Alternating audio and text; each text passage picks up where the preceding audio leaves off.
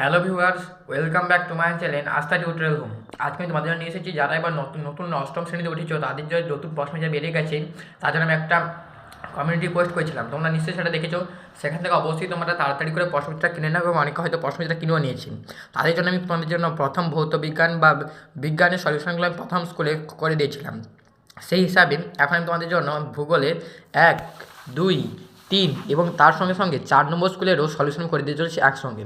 এবার তোমরা ভাবছো যে এত কম সময় কীভাবে সলিউশন করে দিতে চলেছি। দেখো, তোমরা অনেকে পিডিএফ ফাইল দিতে ভালোবাসো। আমি তোমাদের জন্য এখানে যে লং কোশ্চেনগুলো দেওয়া আছে 3-এর দাগ, 4-এর দাগ, 5-এর দাগ, তার মানে হচ্ছে এখানে 2, 3 এবং 5 নম্বরের প্রশ্ন উত্তরগুলো আমি পিডিএফ ফাইল করে দিতে চলেছি। আর এই যে 1 নম্বরের প্রশ্নগুলো টোটাল যে প্রত্যেকটা স্কুলে গড়ে 5টা কিংবা 7টা করে আছে, সেই সমস্ত 5-7টা প্রশ্নগুলোর উত্তরগুলো আমি তোমাদের জন্য বলে দিতে চলেছি বা উত্তরগুলো লিখে দিতে চলেছি। তাহলে তোমাদের খুব তাড়াতাড়ি 4টে ভিডিও হয়ে যাবে, মানে 4টে স্কুলও হয়ে যাবে এবং তার সঙ্গে সঙ্গে তোমাদের সমস্ত 4 নম্বর স্কুলে বা 4টে স্কুলে সমস্ত প্রশ্ন উত্তরগুলো সলিউশনও হয়ে যাবে। তাহলে চলো একটা একটা স্কুল ধরা যাক, শুরু করা যাক, লেটস গো। দেখো, এটা হচ্ছে 1 নম্বর স্কুল, বারুইপুর হাই স্কুল। এই স্কুলটা হচ্ছে তোমাদের যে 2024 সালে নতুন প্রশ্নবিচিত্রা বেরিয়েছে, সেই 2024 সালে নতুন প্রশ্নবিচিত্রা প্রথম স্কুল। প্রথম স্কুল এখানে কী বলছিল দেখো, 1-এর দাগে সঠিক উত্তরটি নির্বাচন করো। প্রথম প্রশ্ন, নিফের স্তরে গড় তাপমাত্রা। দেখো এখানে কী অপশন আছে, এর দাগে 5000, এই যে উত্তরটা হবে 5000 ডিগ্রি সেন্টিগ্রেড। এরপরে দ্বিতীয় প্রশ্ন, পরিচলন স্রোত সৃষ্টি হয়েছে, অবশ্যই উত্তরটা হবে অ্যাস্থেনোস্ফিয়ার স্তর, সি দাগের উত্তর।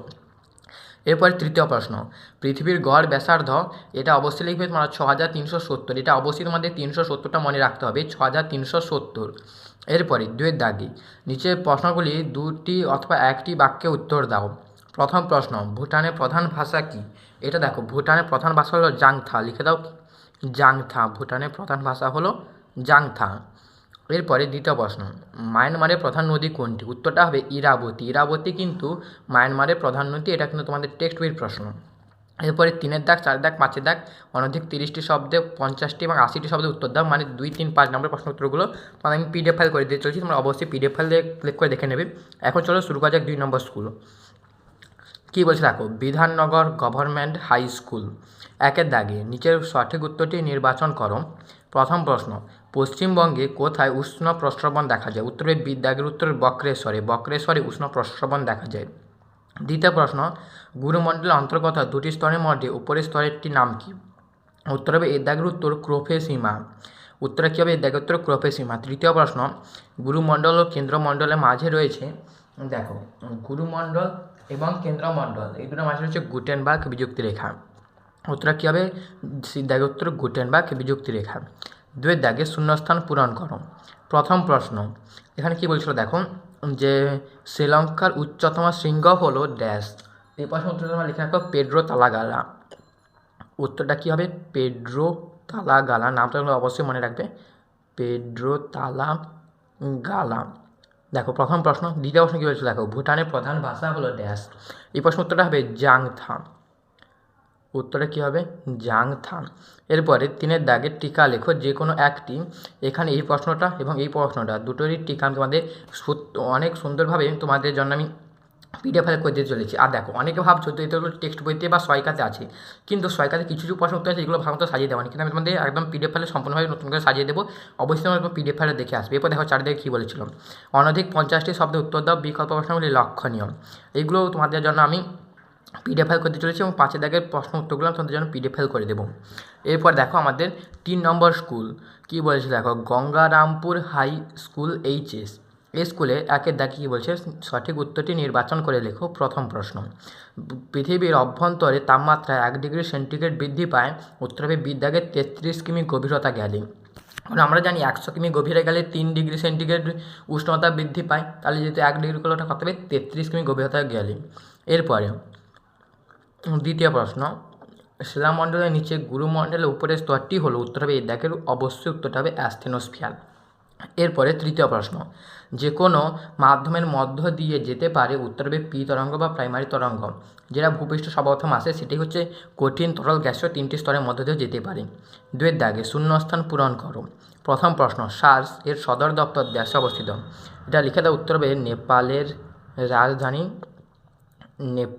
রাজধানী কাঠমান্ডুতে। সম্পূর্ণ উত্তরটা লিখবে, তাহলে তোমাদের নাম্বার কাটার মতো জায়গা খুঁজে পাবে না। কাঠমান্ডু লিখলে শুধু হতো, কিন্তু তোমরা যদি লিখে দাও নেপালের রাজধানী কাঠমান্ডুতে, করতে। এরপরে দ্বিতীয় প্রশ্ন, ড্যাশ উৎপাদনে শ্রীলঙ্কা প্রথম স্থান অধিকার করেছে। এই প্রশ্নের উত্তরটা হবে গ্রাফাইট উৎপাদনে।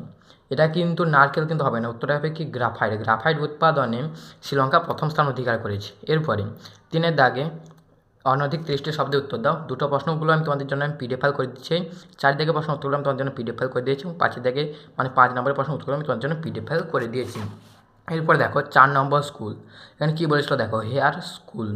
1-এর দাগে সঠিক উত্তরটি নির্বাচন করে লেখো। প্রথম প্রশ্ন, এস তরঙ্গ প্রবাহিত হতে পারে, উত্তরটা হবে এর দাগে উত্তর কঠিন শিলার মধ্য দিয়ে। দ্বিতীয় প্রশ্ন, ক্রোফেসীমা ও নিফেসীমার মধ্যে অবস্থিত বিযুক্তি রেখা হলো, দেখো ক্রোফেসীমা এবং নিফেসীমার মধ্যে অবস্থিত বিযুক্তি রেখা হবে রেপিতি বিযুক্তি রেখা। রেপিতি বিযুক্তি রেখা এখানে ক্রোফেসীমা এবং নিফেসীমার মধ্যে অবস্থিত।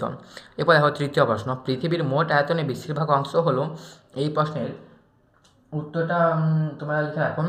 এই প্রশ্নের উত্তর হবে কেন্দ্রমণ্ডল। বিদ্যাগের উত্তর কেন্দ্রমণ্ডল। কেননা কেন্দ্রমণ্ডল যেহেতু ঘনত্ব বেশি এবং যেহেতু বেশি জায়গা জুড়ে অবস্থান করছে, তাই পৃথিবীর মোট আয়তনের বেশিরভাগ অংশ হলো, উত্তরটা হবে কেন্দ্রমণ্ডল। সরি, এখানে এটা কেন্দ্রমণ্ডল না, এটা উত্তরটা হবে গুরুমণ্ডল। এখানে কেন্দ্রমণ্ডল নয়, বিদ্যাকে অপশানটা টোটালি ভুল। এখানে কেন্দ্রমণ্ডল নয়, উত্তরটা হবে গুরুমণ্ডল। এখানে বলার প্রশ্ন ভুলে গেছিলো, উত্তরটা হবে কি গুরুমণ্ডল। এরপর দেখো বাকি প্রশ্ন তুললে সেই পাতা আছে। দেখো এরপরে প্রশ্নটা কিন্তু এইখানে দেওয়া আছে 2-এর দাগে শূন্যস্থান পূরণ করো।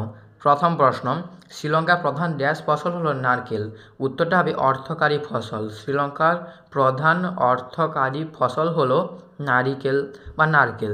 এরপরে দ্বিতীয় প্রশ্ন, পাকিস্তানের প্রধান জলসেচ ব্যবস্থা হলো ড্যাশ জলসেচ, উত্তরটা হবে কৃষিকাজের ফলে কৃষিকাজের জন্য জলসেচ বা কৃষিজ জলসেচ।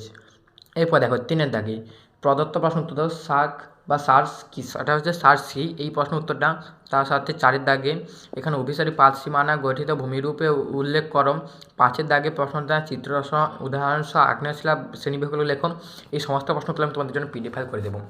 দেখো আমাদের কথা মতো অনুযায়ী তোমাদের দেখো 4টে স্কুল খুব সহজে দিয়ে ফেলাম এবং তোমাদের লং কোশ্চেনগুলো কিন্তু একমাত্র রেডি করে দিলাম পিডিএফ ফাইলের মধ্যে। তাহলে তোমাদের জন্য লং কোশ্চেন নতুন করে ভিডিও দেখতে হলো না। তাই অবশ্যই এই ছোটো ভিডিওর মতো দেখতে পাওয়ার জন্য অবশ্যই লাইক করে জানাবে এবং ভালো লাগলে একটা অবশ্যই লাইক করে জানাবে। এবং এভাবে এরপর দেখো 5, 6, এই যে 6 এবং এরপরে বাকি যে স্কুলগুলো আছে পরের পৃষ্ঠায়, সেই সমস্ত স্কুলের উত্তরগুলো আমি নিয়ে আসবো। যদি তোমরা সেগুলো দেখতে চাও অবশ্যই আমাদের চ্যানেলটিকে সাবস্ক্রাইব করে রাখবে। তাহলে আজকের ক্লাসটা শেষ হলো, দেখা হচ্ছে পরে একটা ক্লাসে। তখন ভালো থাকবে, সুস্থ থাকবে, টাটা, বাই বাই।